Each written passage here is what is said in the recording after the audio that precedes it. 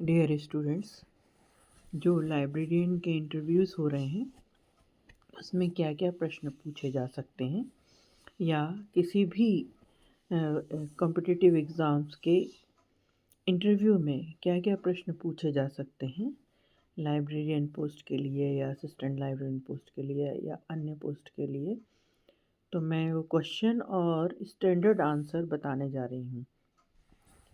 बहुत ही ध्यान से सुनिएगा कि इंटरव्यू स्टार्ट कैसे होता है। तो सबसे पहले इंटरव्यू स्टार्ट होता है कि पैनल, जो एग्ज़ामिनेशन पैनल होती है, वह अपने कैंडिडेट जो फर्स्ट आते हैं उनको पहले बैठने के लिए बोलती है। उसके बाद फिर उनसे कहती है कि आप अपना परिचय दीजिए। तो स्टैंडर्ड फॉर्म में आप अपना परिचय कैसे देंगे? सबसे पहले अपना नाम बताएंगे, फिर अपनी क्वालिफ़िकेशन बताएंगे, फिर आपका इस फील्ड में होने वाला इंटरेस्ट बताएंगे। जैसे मेरा नाम डैश ये है, मैंने स्नातक के बाद बीलिव और एमलिव किया है। मुझे सूचना प्रबंधन, पाठक सेवा और डिजिटल लाइब्रेरी में विशेष रुचि है। यदि मुझे अवसर मिला तो मैं संस्था की लाइब्रेरी को आधुनिक और उपयोगी बनाने में पूरा प्रयास करूँगा या करूँगी। ठीक है। तो सेकंड क्वेश्चन आता है जो पैनल आपसे पूछ सकती है कि आप लाइब्रेरियन क्यों बनना चाहते हैं। तो इसका सीधा उत्तर होना चाहिए कि लाइब्रेरियन केवल पुस्तकों का रख रखाव नहीं रखता, बल्कि ज्ञान को व्यवस्थित कर पाठकों तक पहुंचाता है। मुझे सेवा भाव, सूचना संगठन और शैक्षणिक वातावरण में कार्य करने में काफ़ी रुचि है। इसलिए मैं लाइब्रेरियन बनना चाहती हूँ या चाहता हूँ। अब नेक्स्ट क्वेश्चन आता है सब्जेक्ट से रिलेटेड कि डीडीसी क्या है। डीडीसी यानी डेवी डेसिमल क्लासिफिकेशन।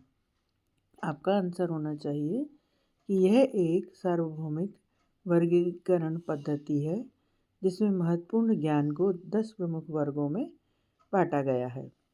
यदि आंसर आप शॉर्ट एंड स्वीट रखेंगे तो उसमें आपको क्वेश्चन और निकल कर नहीं आएंगे। नेक्स्ट प्रश्न है कि कैटलॉगिंग से आप क्या समझते हैं।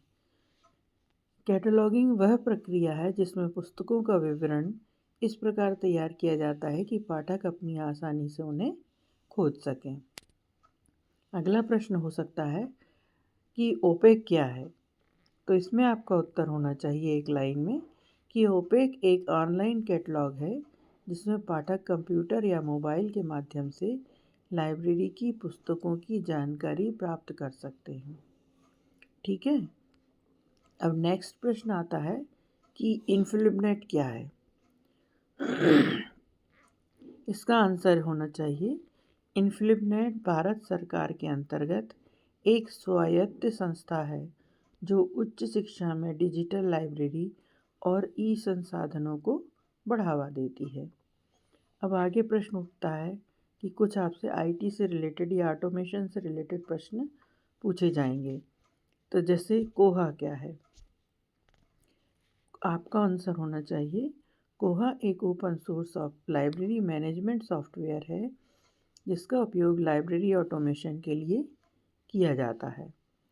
फिर इसके बाद अब इसी में से प्रश्न निकलता है कि लाइब्रेरी ऑटोमेशन क्या है।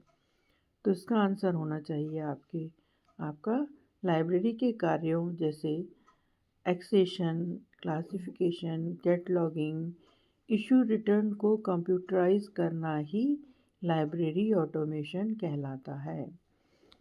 अब नेक्स्ट क्वेश्चन आपसे पूछा जा सकता है कि आरएफआईडी क्या है। तो आपका आंसर होना चाहिए आरएफआईडी वह तकनीक का उपयोग पुस्तक सुरक्षा, तेज इशू रिटर्न और स्टाफ वेरिफिकेशन के लिए किया जाता है। अगला प्रश्न होना चाहिए होगा आपका कि रेफरेंस सर्विस क्या है। पाठकों को उनकी आवश्यकता के अनुसार सूचना उपलब्ध कराना रेफरेंस सर्विस कहलाता है। अगला प्रश्न आपसे पूछा जा सकता है कि स्टॉक वेरिफिकेशन क्यों आवश्यक है। आपका आंसर होना चाहिए कि स्टॉक वेरिफिकेशन से पुस्तकों की वास्तविक स्थिति, हानि और रिकॉर्ड की जांच की जा सकती है। अगला प्रश्न आपसे पूछा जा सकता है कि जैसे ओरिएंटेशन, यूज़र ओरिएंटेशन से संबंधित कि यूज़र एजुकेशन क्या है। तो आपका शॉर्ट आंसर होना चाहिए, पाठकों को लाइब्रेरी संसाधनों के सही उपयोग के लिए प्रशिक्षित करना यूज़र एजुकेशन कहलाता है। नेक्स्ट प्रश्न आपका हो सकता है, कॉलेज लाइब्रेरी और पब्लिक लाइब्रेरी में क्या अंतर है। आपका शॉर्ट आंसर होना चाहिए, कॉलेज लाइब्रेरी छात्रों व शिक्षकों के लिए होती है, जबकि पब्लिक लाइब्रेरी सभी नागरिकों के लिए खुली होती है। अगला प्रश्न, यदि कोई पाठक नाराज़ हो जाए तो आप क्या करेंगे। आपका आंसर बहुत ही शांतिपूर्ण होना चाहिए कि मैं शांतिपूर्वक उसकी समस्या सुनूंगा या सुनूंगी और नियमों के अंतर्गत समाधान देने का प्रयास करूंगी। अगला प्रश्न आपसे पूछा जा सकता है कि MPPSC क्या है। आपका आंसर होना चाहिए, मध्य प्रदेश MPPSC मध्य प्रदेश की संवैधानिक संस्था है जो राज्य की सिविल सेवाओं की भर्ती करती है। अगला प्रश्न आ सकता है, NEP 2020 का लाइब्रेरी पर क्या प्रभाव है। तो आपका शॉर्ट आंसर होना चाहिए, NEP 2020 से डिजिटल लाइब्रेरी, ई लर्निंग और रिसर्च संसाधनों को बढ़ावा मिला है।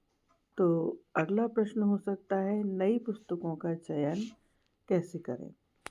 तो आपका शॉर्ट आंसर होना चाहिए, सिलेबस, पाठकों की मांग, विशेषज्ञ सुझाव और बजट के आधार पर हम नई पुस्तकों का चयन कर सकते हैं।